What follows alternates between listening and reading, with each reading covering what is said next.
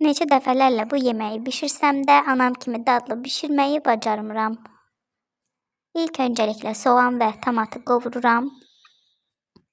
Soğan niyə bu haldadır desəniz,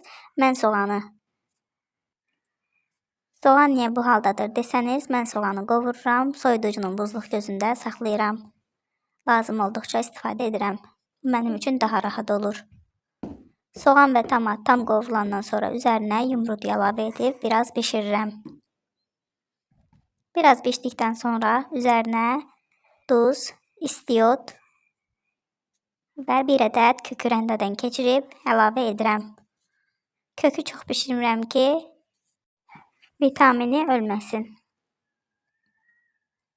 Mən bu yeməyi yenə hazırladım, yenə ürəyimcə olmadı. Anam bişirdiyinin dadını vermədi. Bir stəkan qaynar su əlavə edib azca bişirirəm. Başqa bir qazanda gözə yarı lobya, üzərinə soyuq su əlavə edib qoyuram tam bişsin.